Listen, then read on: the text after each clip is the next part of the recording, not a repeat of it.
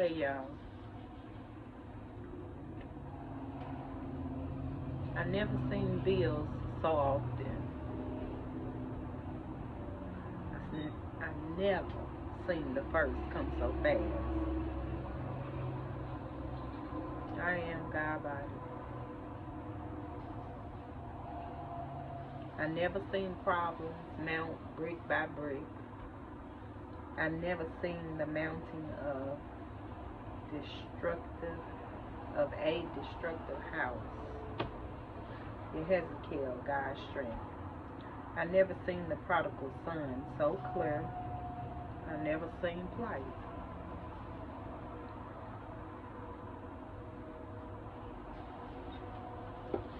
Something I wrote. Hey y'all, I am Fat Jamaica and I practice love, healing, life. Fat Jamaica. I don't know why I'm going over this again. I went over this on my podcast. So, Fat Jamaica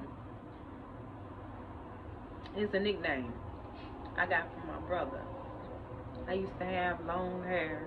Even in my womanhood, I had long hair. Younger. But as a child, I used to love when my mother would take my hair down out of those braids, and I just felt so free. And it was a commercial used to come on, and the ladies used to be like hula dancing, and they used to be singing "Come to Jamaica." Yeah, I've heard it's aggravating. But anyway, they used to be singing "Come to Jamaica, come to Jamaica," and there would be hula dancing, and I love to this day. Love. When I was a little girl, I had to have a hula hoop. Like, it was such a big deal. Every time we went to the store, I used to be like trying to get hula hoops. But anyway, those ladies would be hula dancing, and I just remember looking at them thinking they were so pretty, and I thought that I looked like them myself when my mother would take my hair down and there would be a cord in the middle and my hair would be hanging all over the place. Boy, you couldn't tell me I wasn't cute. And me and my brother would be arguing, and he'd be like, "Girl, go sit down in front of the TV," and he always say, "Your daddy ain't no glass maker."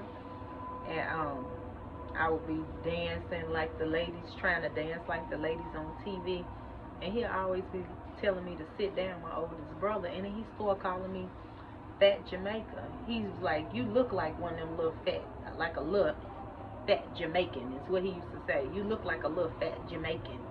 And whatever in poverty at that time we thought that was. There were two commercials that I remember vividly. They used to come on. That one, that advertisement to come to Jamaica, and Catholic Charities. And during that time, I was born in '78, so I was a little girl. That was probably during the '80s, I'm sure, because my brothers was like bigger boys. I remember they probably was like around 12, 14. I remember the Catholic priest used to visit the neighborhoods often to get the boys to come and work, and supposedly come to church and help out with stuff. Supposedly coming to the impoverished communities to teach the boys how to be men. But I had been hearing rumors of they were coming. Well, we all know the stories of a lot of those Catholic priests being, foul, pedophiles, and perverts. Yeah. So those two things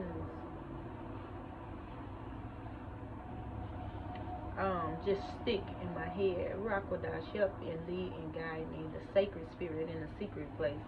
Help lead and guide my conversation on here. What am I discussing? What am I speaking of? What is it on my spirit that I felt necessary to record it? You know? So I used to hate them calling me Fat Jamaica. And it started other people calling me Fat Jamaica. So I used to be so annoyed by that. Like, calling me Fat Jamaica, I did not like it. Then I thought, when I just started learning about Jamaicans and stuff, I just started embracing it. I thought, that's a beautiful thing. Those people are beautiful people. So, I even made some lyrics. Who got Jamaicans stuck on the islands like Gilligan, head snappier than Will I am? What they think, we won't make them blood clots and kill again? Fuck Gilligan. Don't get me started. But anyway, that ain't all of it. But yeah. So, I thought about that's making lemons into lemonade. I think I gotta get into the knowing, you know, thinking and thinking. But what about the knowing? After you've thought and you've done and you've secured the thinking, you've been in a space of thought, and now you know. I know for sure. Haha. Shout out to B. Simone and Megan. What you know for sure. But anyway, making lemons into lemonade. Do you know I would cry so much just hearing my brother say, "You little fat Jamaican." You look like I would cry so much hearing that, "You little fat Jamaican." To the point where sometimes where strength comes from, I cannot tell you. I know that I cannot say I'm a master. I know that I am in constant work of turning lemons into lemonade. Yeah, I am. You could be making lemons into lemonade and don't have the recipe quite right. I mean, literally, like determining, like, am I going to use raw sugar, agave? How am I going to sweeten it? Like, and then if you into health, you'll say, well, what healthy options do I have, or am I just going to drink it bitter? What options do I have to cause it to be sweet but keep it healthy still? You know, what recipe am I going to use to turn these lemons into lemonade so that they don't go to waste? And I'm meaning in our regular life, it took me a day. In a day, maybe it changed, but it had been over the process of the experience where I decided, like, I really love that. I love this about those people. Every time I see or visit their culture, in whatever way I am learning and experience it through meeting someone, different individuals from Jamaica, I embraced that name. I started to love it.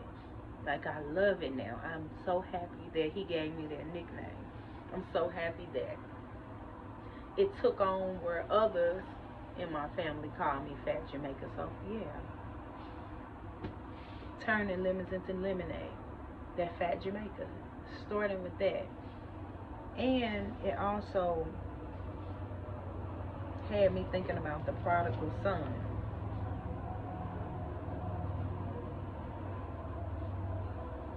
And gratitude. I talk a lot about gratitude now. I've never had this level of gratitude. And also when you're down, like, what is it that gets you up? Like, what gets you going when you are truly in your physical form? You're not able to get up and get it moving. Like, what is it that when you feel totally broken, that keep you going? Well, for one, you got to know the breath in your body. The fact that you are still present. Now, you could deny your presence, but the fact that you are present, when you become aware of yourself, in them lower states, when you walking in your lower self. I was just looking up immoral, you know, like just defining what it is and what it means to be moral or not. Like, some things We don't have to ask the question of, you know, the evidence of it bears witness to itself. Like, we know that it's not moral to just take something from someone that didn't belong to you. Like, we naturally know these things, but due to society and the way some of us are raised, we have lost a level of moral standard of common sense. Like, we just won't even practice it anymore, you know, because our experiences, some of us have taught us to just not be moral. Like, I was just telling my daughter, like, a lot of the people that I grew up with, they speak in a way that's like, it's careless. Somebody they know or heard of could have lost their life, and they don't have very much respect for life, because in the environment that we grew up, there was not very much respect for life. It's nothing to get into arguments and fights and spill somebody's blood. We've seen it so often, to the point where it's like numbness. I'm talking about people forgetting who we are. I like to personalize things when I talk, like forgetting who we are as a people. Me forgetting who I am as an individual. I know what they saying about the I am thing, but I'm gonna walk it up like Jacob's ladder. I'm going up.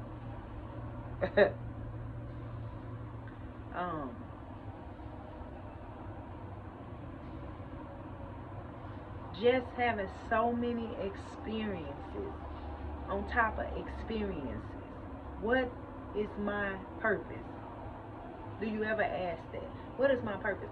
Having so many experiences, unfavorable experiences happen to you, it can cause you to become very numb. In the scheme and the design of things and the plot of things,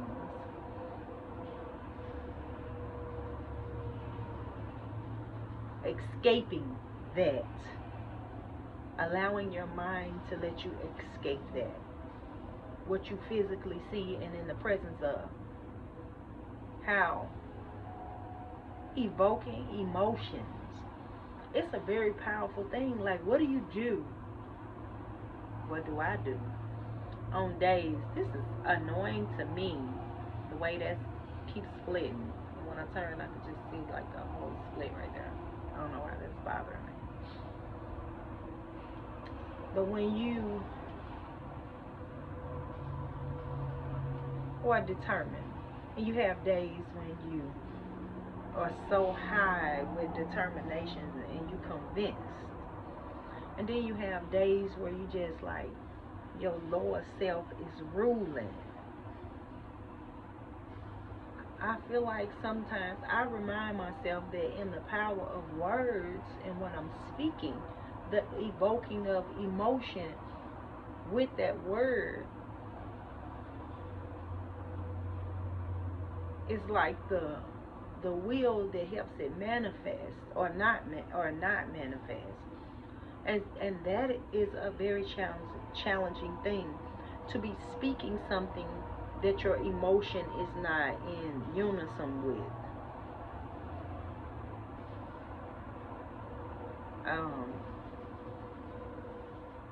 That's a whole fight and a whole battle, to be speaking something that your emotion is not evoked and in unison to. So how do you evoke your emotion?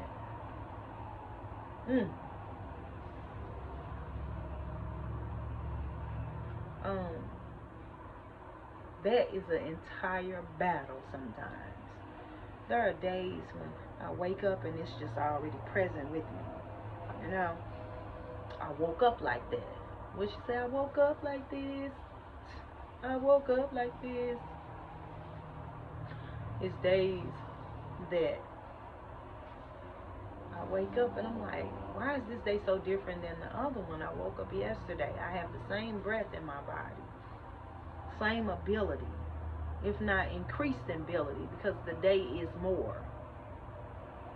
From yesterday, I'm living in the more day. And in this day, why am I in such a lower self where I'm in a battle to get my emotions out of there? Even though my words are saying one thing, my emotions ain't in agreement with what my words saying. That is a whole battle. When your emotions don't agree with what your words say. It's almost like you got to go through like a trail of tears to get there. To get your emotions to line up with your words. And I'm just talking about my experiences. Somebody else may be more educated than myself and able to tell you, but I'm talking to specific people probably with specific problems. I've had a lot of confidence challenges, being able to clearly communicate and speak exactly what it is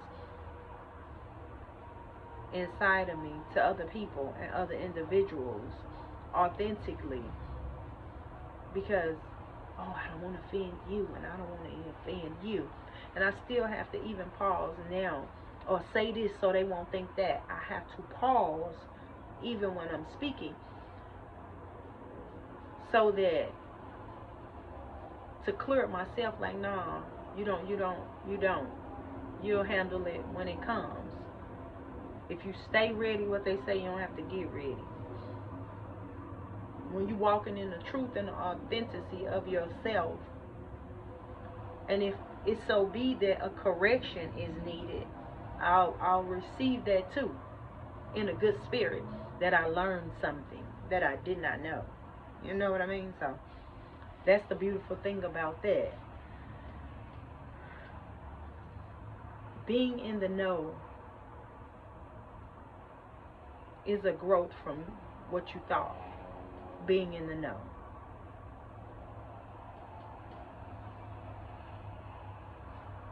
Giving yourself time to get your emotions, it's not even time, but to get your emotions where you know your thoughts should be in unison with this emotion. But your emotion is feeling, I shouldn't have put that on my brain. Your emotion is feeling down, sad, angry, and you decide, hey, I don't want to be in the sadness of anything. Oh, but your thinking will keep bringing up a situation. Oh, but this is why, No, I don't want to be in the sadness of that. So I practice word affirmations. But here's the thing. I notice that there's a battle there sometimes. You'll be saying one thing and the emotion just is not there. And so what I've done is, when that emotion is not there, I've even evoked it, and it wasn't even intentional in my mind. I thought I was giving up. How can I be giving up with this breath in my body? I still have a span or spans of breath in my body. Because traumatic things happen. They cause you to run and hide in places of yourself. You got stuff hiding in there.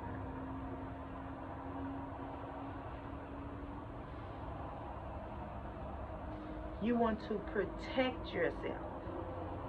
So you hide from yourself. Because this emotion, it feels in the body so much pressure. I can't handle it. Like, this is too much pressure. I can't handle it. I'm gonna jump around. That's me. Um, Somebody sitting at home in a space, accepting a mistreatment. You start to handicap your words according to the lowness of that sunken person, walking in their lower self, living and speaking out of their lower self, and telling you of their lower self into you, and you start to behave as if you are lame. You don't have hands, legs, arms to take action to walk away. We have made excuses as to why we'll stay. In death, we know that's a hard one. Losing someone that you so dearly love. It's like just having the whole heart cut out. Like coming from that, being in that lower space, I can say from a child, that's a low space that you may not even have the words in that moment. You don't have the motivating words out of your own mouth. The emotion that is overpowering you is sadness and sorrow.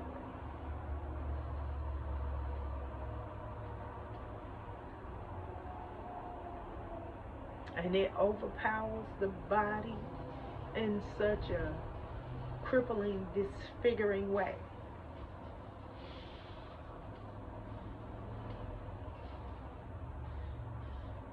When we talk about mystery, I want to jump into mystery. Abba, Rakwadash, Holy, Sacred Spirit, keep me aligned and in the direction of the conversation. Being in that crippled space, sometimes I remember when I was in that space, you feel so broken, like your body, your limbs might as well be broken backwards. You see how they do in those movies? For some reason they show somebody possessed and they show their limbs crack, always the opposite direction of what they should be. You feel torn, if I could compare it to that. You don't have words. All you have sometimes in that space is where you cry yourself to a hum. You know, like numb your heart and gig you cry yourself into a hum, a mantra. You don't even realize you in a sacred, mysterious place.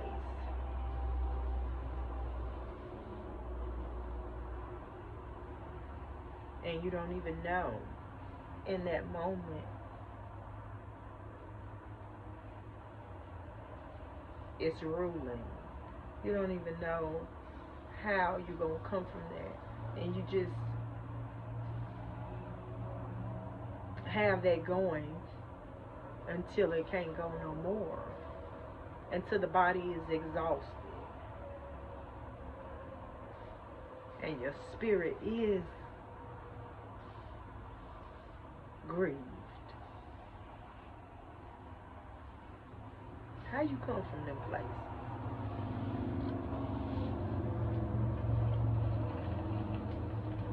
Whew.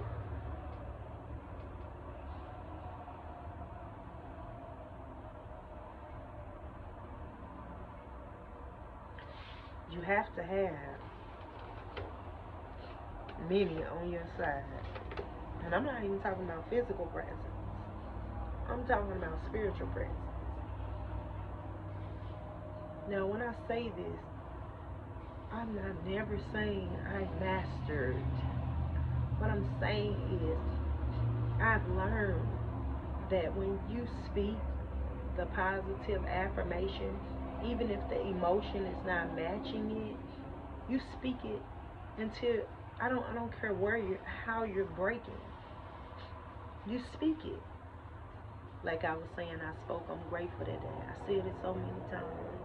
I did not mean it when I first started saying it. I meant the total opposite.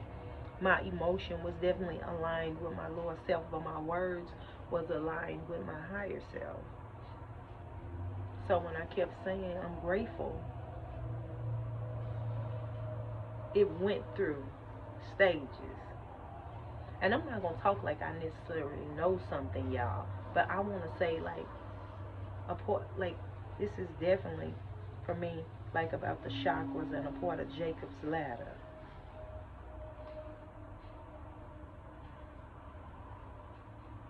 And I need to learn about Jacob's ladder. And we've created all these different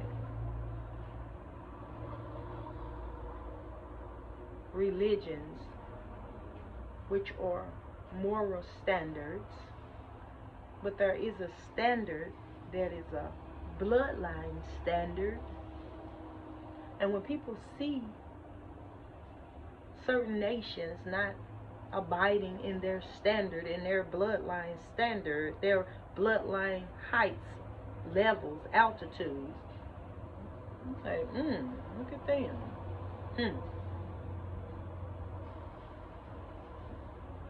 Heavy is the criticism of the children of the Most High.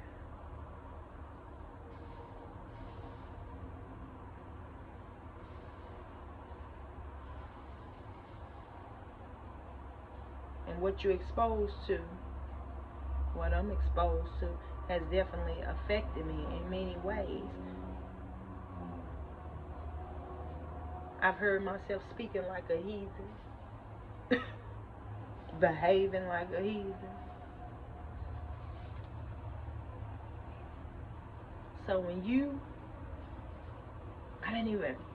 what's crazy is, if you could get yourself to keep your words, your spirit is going to do it. It's going to do the work. And what I mean by that is, you're going to come to a conscious space of yourself, like the prodigal son. Remember, I want to use that story. Sometimes we get so caught up in, oh, I'm this, I'm that, I'm this, I'm whatever, that you can't identify the part of a story that can help you, that you can learn from, that you can move forward with, that you can use. And I practice that, like not getting caught up in that. Like, let me listen, because there may be something here. Because in all this division, the jewels are scattered. You know, the ruby is for this, and there's a stone for that. The jewels are scattered among nations and different religions.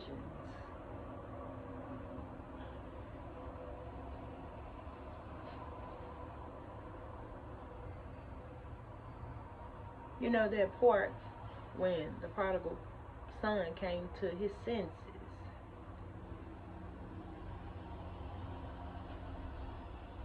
Like a self-identity.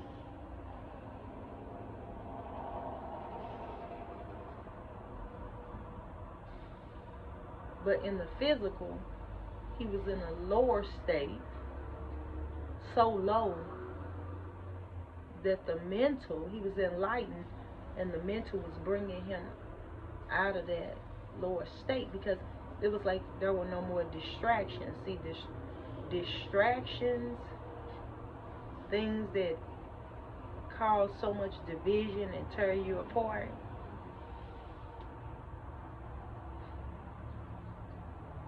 when distractions are going on,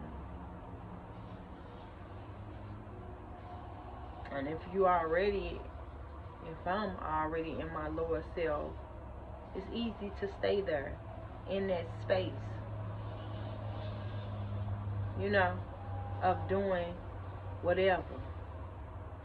thou will, and at that day maybe thou will is in a low space.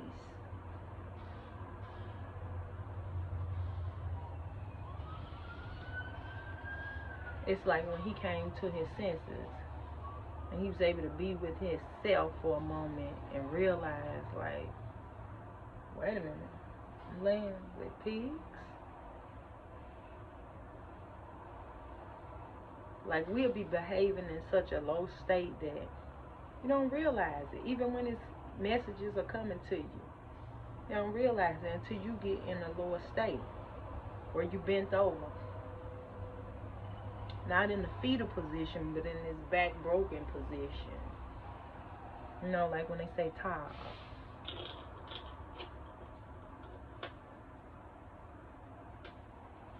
When I say Tav, I mean Tav is in finish, over and done. The end of that for something new to come in.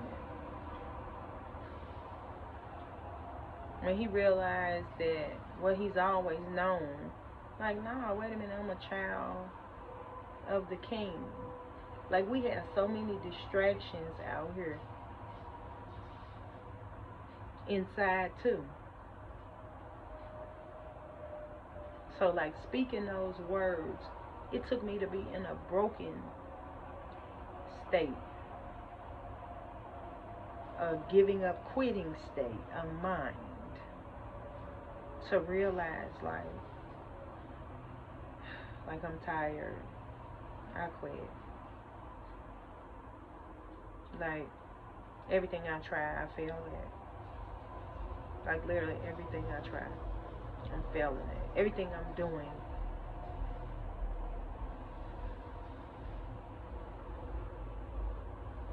and then the anger emotion came. The mocking came. I was mocking. It wasn't until that moment where I was not even intentionally doing it, I was mockingly, but it taught me, I learned in that state, if you keep your words aligned and high, like if you speak high words, I know what they saying, but I kept saying, I am grateful. I am grateful. I heard what they've been saying, but this is the space I'm in. This is a fact, and this is true. I kept saying, I am grateful. But I was mocking. I was in my lowest. Look, literally, it went like that. It went like that. And I didn't realize it until after, when I laid exhausted, body just beat, that I realized, like, wait a minute, I am grateful. I literally, in that moment, that was triumphant. I evoked the emotion through the words of a higher self. I believe in a Most High. I cannot just stop at the ancestors. I believe there is a Creator that is in mystery. Like how when everybody, like some of y'all that I respect say that, like the big mystery, the mystery God. There are mysteries, because even with all y'all knowledge, all the knowledges of the world, it's still codes and things that's not being cracked.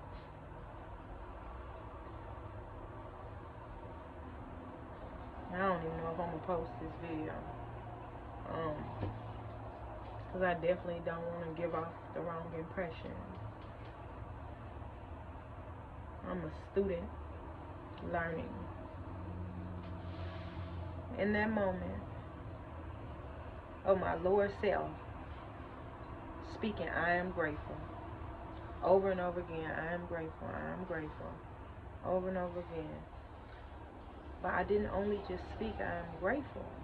I literally mentioned every bad thing that I could think of that has happened to me in my life and that has hurt me.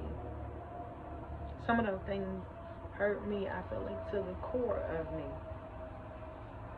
that will make the difference in what I would do every day when I wake up. if I would keep going or if I would quit.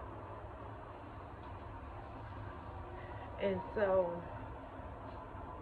the anger, I was driven by multiple emotions. And I kept saying how grateful I was. Something broke. Something broke, and it drove my emotion into a higher state.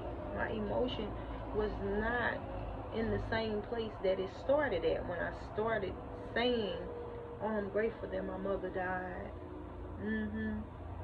I'm grateful that I was in foster care. I'm grateful that my family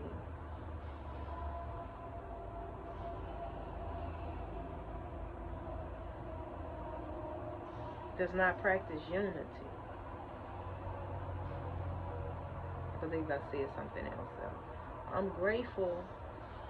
I just literally everything I could think of, and I got more exhausted, and the tears ran more, and I just kept saying how grateful I am. I need y'all to understand that I was not feeling grateful when I was saying that. I was upset. I was pissed. If you really want me to express it.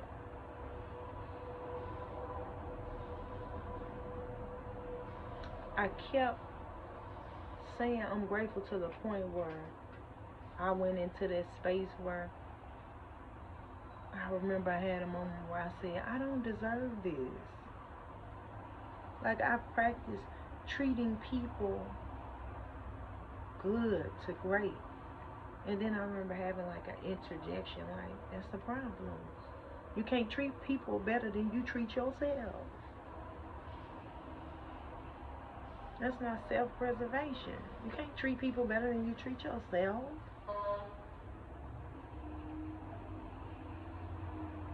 You can't be at home making excuses. Somebody talking to you any kind of way every day or whenever they choose to. They controlling your levels of your emotion. When you down, when you up. They decided. You in violation. Who's God over you in the presence of you? Who's God over me in the presence of me? And why would I allow someone to be? Nobody should have that power. So,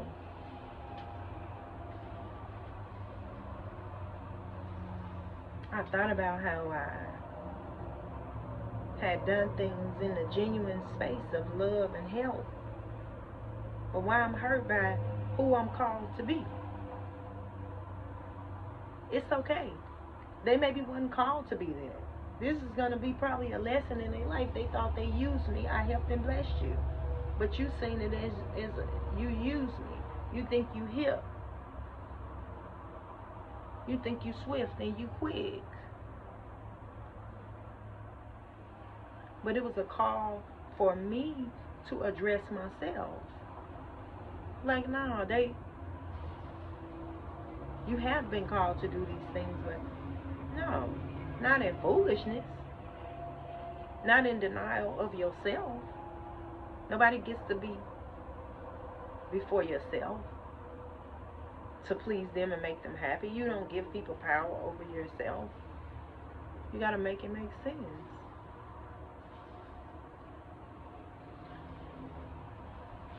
And so, this level of gratitude.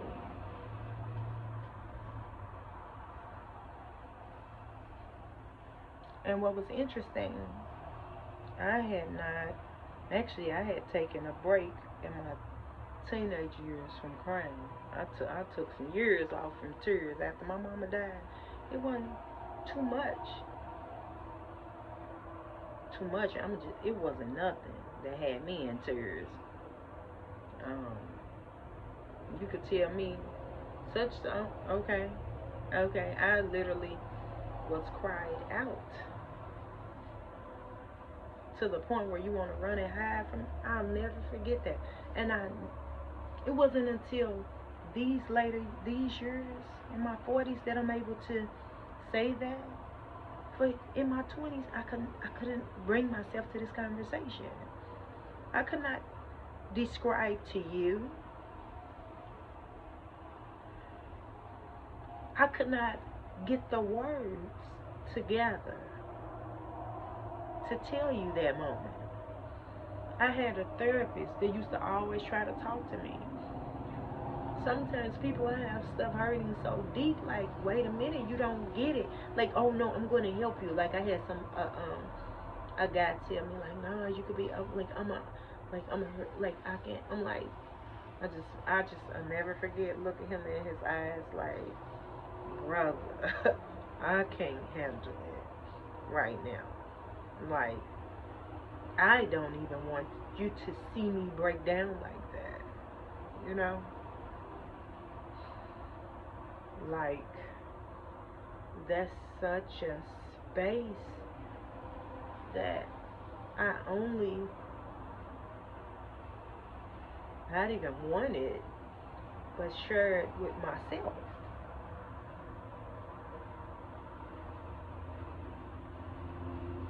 It's such a space of like reaching, like,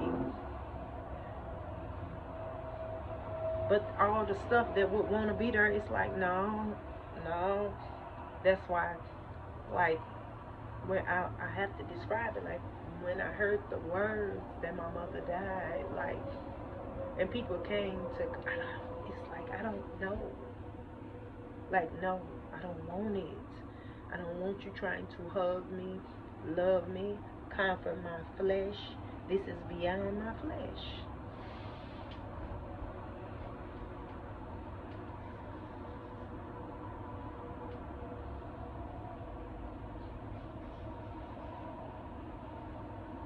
I want to go to a sacred space of myself. I need the unknown comforts.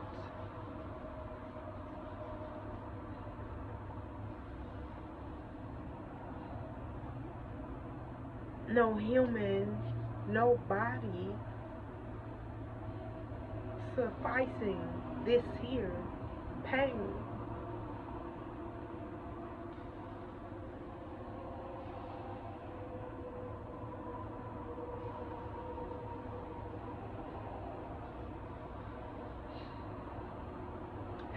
Yeah, when I start crying, I have to look for this one mean bitch.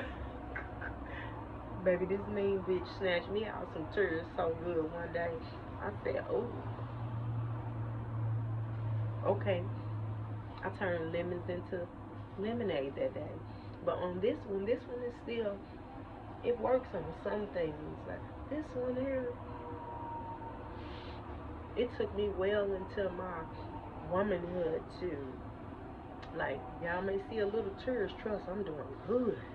I ain't never been able to have this conversation. Not, like I said, not in my 20s, definitely not in my teens. Let me dry my nose, y'all.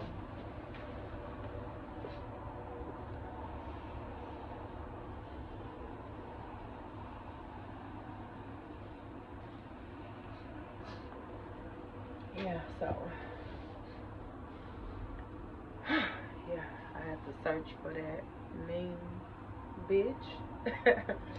That mean bitch make them tears go away. But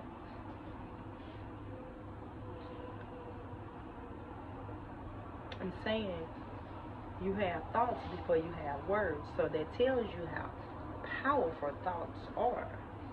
When you align or in repetition, I just remember the words going. I'm grateful. But my emotion was like, wow, I'm pissed. But my words kept saying, yeah. And then I just put them together. I said, I'm grateful that this happened to me and that it hurt me to my core. I'm dramatic too. I'm dramatic. That it hurt me to my core and that I almost died. You know, sarcastic with it. I'm grateful. And all those I remember sinking so low that it was like really, it literally felt like a war, a tug of war between my words and my emotions. And I kept using everything that hurt me with the I'm grateful. It wasn't my intention to have a breakthrough. That was a moment I was okay with the breakdown, because this was called quitting, give up. This is too much for one person. I said, and then I said, who said that? Who said that? Now people say God is he, she, whatever. I ain't talking about no body, human, flesh, body.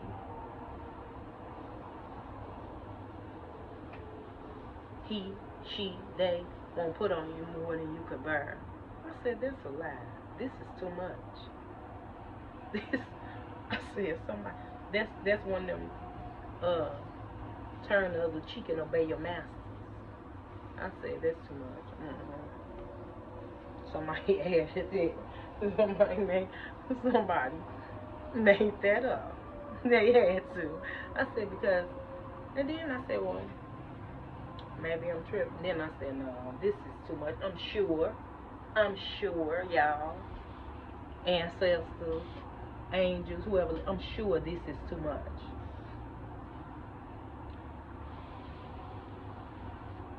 I'm sure I'm going to just go ahead and break down and quit. I was sure. I'm grateful that y'all just let all this happen to me. I came here for this. For what? Who am I helping? I'd rather not be helping. If it was this much pain, let me test the pain before I go there, so I can tell y'all I don't want to go. I'm talking about before getting into the body, because I feel I know about myself that before I came into my mother's womb and came into this place that we call Earth, that I definitely was of a royal bloodline and still am, or of a royal spirit. I come out of royalty.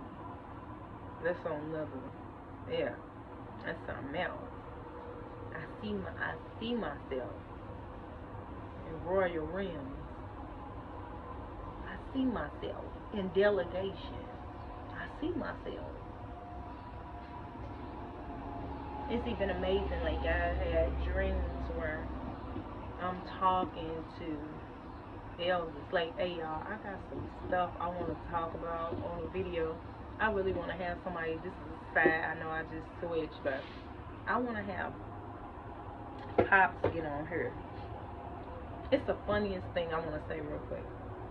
So, Pops will be talking to you. He'll be talking to me. Let me just keep it like it is and be like, yeah, so telling me the most gangster story. I came out the house. Wait a minute, what the F going on? Guns are blazing. I done put my... It'll be so funny, y'all. It'll be... I put my machine gun out with all my rounds on it. Got the shoe, had my headband on and my sweater.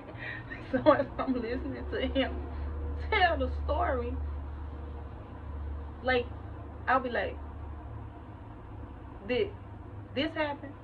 And then I'll be able to finish what he said happened in his life. And I'll be like, did that happen? I said, he got hood all times. That's something different. Y'all ain't never heard of hood all times. And hood all times, whatever movies they done been watching, whatever little bit of a little gangster life they live, a little bit of it, little bit hood stuff, they hood all times. They done combined it with what movies they saw.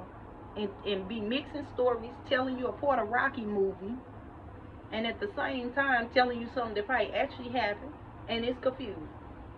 Because when he was telling me that story one day, I said, did this happen, did that happen? He said, how you know? I said, because that's what happened on Rocky. And he was like, that's a movie? I said, yeah, that happened on Rocky. He was like, so that didn't really happen. He was like, I'm getting confused. You got Alzheimer's probably, sir. Hood Alzheimer's, baby. That's different. Hood Alzheimer's. But anyway, when your breakdown. See, I don't know if I was sure that your breakdown, and he got like some funny things that I want to talk to him about. Like I want to do it like an interview, but I want it to be so good when I do it, you know. But I didn't necessarily know that your breakdown could be a breakthrough, because I see people that they broke down. They broke down. They just ain't the same. And I can't say that I'm the same. My mother died when I was 12, but I was a girl, so I had to transition from a girl to my womanhood. But I struggled a lot with a lot of things, and I accepted a lot of things that I should have never. So I know about abuse and feeling unworthy, and the challenges of knowing that, no, you worthy.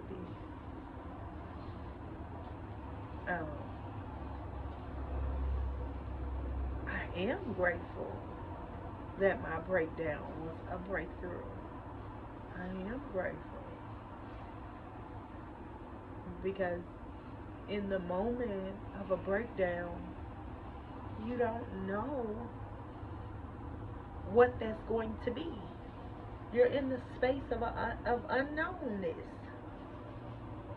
Like all the beautiful things people could say, all the affirmations, all the motivation.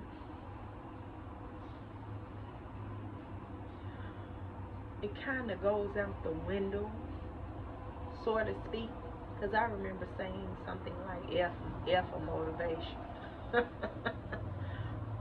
I was like, I'm steady practicing this BS, and all I'm getting served is more than I can bear. I felt like it was more than I can bear. Like I had not felt that broken since that day that I'm like, I didn't even know life could try to compare and meet up to that. Like, how you gonna try to match that? Like, what? What's going on? Whose idea was this one? Which one of y'all thought this was a good idea? I want to holler at y'all. Who thought this was a good idea? Like, for real, I'm serious. Like, I was on there like, which one of y'all? But they obviously know who I am. So, we don't be remembering who we are. We get down here and we take this all so personal, walking in this flesh. This flesh becomes everything. It becomes everything. It becomes so consuming that we forget our missions, our purpose. I believe it's people that have lived and died and probably on their way back like, damn, wait a minute. I was supposed to be coming here and doing this for this place to be a better place. Not just a better place, heaven on earth. It said that I am going to use some of the scriptures, some of this, who is his name? King James. Yeah.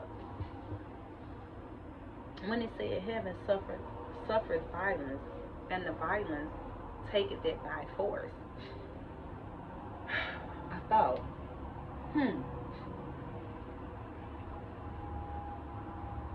okay. The violence taketh it by force. I remember being on the phone with a friend, and he was staying in a certain part of the Keys, and then there's a part that's like so gorgeous and beautiful. All of it, well, all of that I've seen is gorgeous and beautiful. And just seeing images of this world that look absolutely like paradise that the eyes are beholding, and being like, oh wow, look at this. And it's literally not even you don't even have to see anything man-made, just everything of creation. And it's just so gorgeous, like, oh my God. Look at this. Oh my goodness, it's paradise. And having that conversation with him and him telling me about the little racist things that he was experiencing when they would see him. Like, what he doing over here? Even though he said it was others, you know. But I just remember having a conversation with him one day. And he was in beautiful places and beautiful spaces. And that came into my head. And said, heaven suffereth violence, and the violence taketh it by force. And this ain't even to pick on race, but it made me even think like, okay, when they were showing how the land was stolen from the people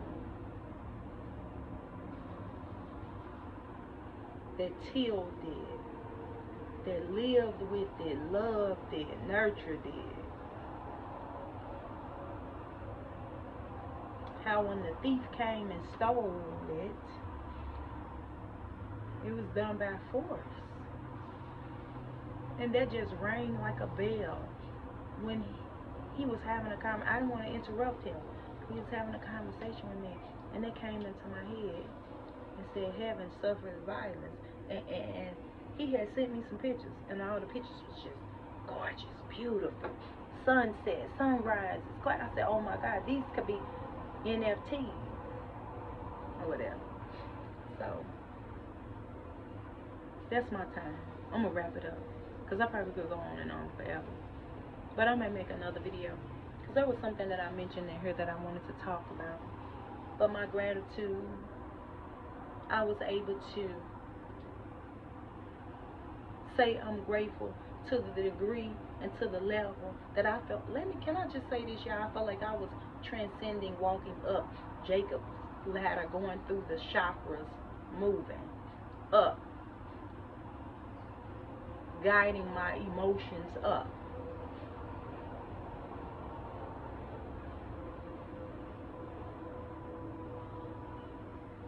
Until something broke. Like I felt like it was a moment where my body was no more like able to, I was like, I have all cried out. My energy just ended at, I'm grateful. I had said everything I could think of. Every problem that I thought of since I was a girl. I spoke every problem that I thought of, everything that hurt me, followed by I'm grateful. To the point I ran out of those problems. And I ended it, I'm grateful. But really I was trying to mock some more and think of some more stuff to say. And what I found myself at is, yeah, I'm grateful. Yeah, I'm grateful. And I heard myself just saying, yeah, I'm grateful. But it was such long gaps sometimes in between it. My body was exhausted from crying. I was like, yeah, I'm grateful. Then I heard myself, it's like, yeah, I'm grateful. And before I knew it, my emotion was true gratitude. That's the only, I don't know how to tell you how that happened, except by telling you how it happened. I was just at, yeah, I'm grateful. And I thought I was going to break down. I thought I wasn't going to make it. I thought that was the end of me. Not breath, but you know, I always say this, you know, your mind is, I always just say this, your mind is your everything. Your mind, our mind, my mind is powerful. A man just told me today. He said, yeah, you know, y'all smart people. Thank you. You made me feel good. You called me smart. He said, you know, y'all smart people is weird and crazy. And when I thought about it, I wasn't offended. And I said, oh, that's what you think? And he said, yeah, straight up. He looked at me with both eyes. Yeah. I said, okay. I laughed. I took it as a compliment. You call me smart, thank you. Because I don't necessarily think that, you know? So,